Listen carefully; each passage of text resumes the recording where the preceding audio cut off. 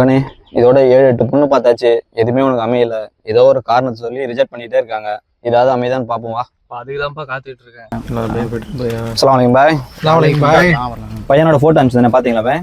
பார்த்தேன் பாய். நல்ல பையன் தான் பாய். எந்த கெட்ட பழக்கமும் இல்லை. குடிக்க மாட்டான். 5 வேளை தொழுவான். மார்க்கத்தில் உறுதியாக இருப்பான். நீங்கள் என்ன சொல்றீங்க?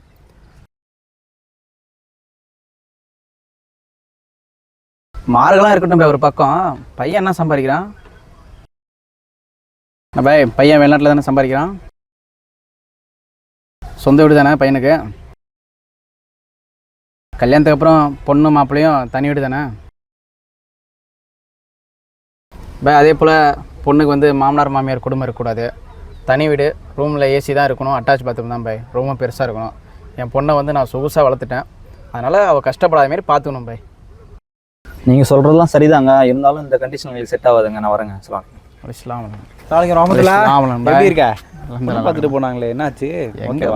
செட்டார மாரி தெரியல. என்ன சொல்ற? ஏன் நம்ம போகிற கண்டிஷனெல்லாம் ஒத்துக்க மாட்டேங்கிறாங்களே. எங்கே போய் வரங்க பார்த்தாலும் மார்க் இருக்குது மார்க்குன்னு மட்டும்தான் போய் சொல்கிறாங்க. 1 லட்ச ரூபா கூட சம்பாதிக்கிறது இல்லை. சொந்த வீடு இல்லை, வாடகை வீடு. என் பொண்ணு எப்படி போய் அங்கெல்லாம் போய் வாழ்வா?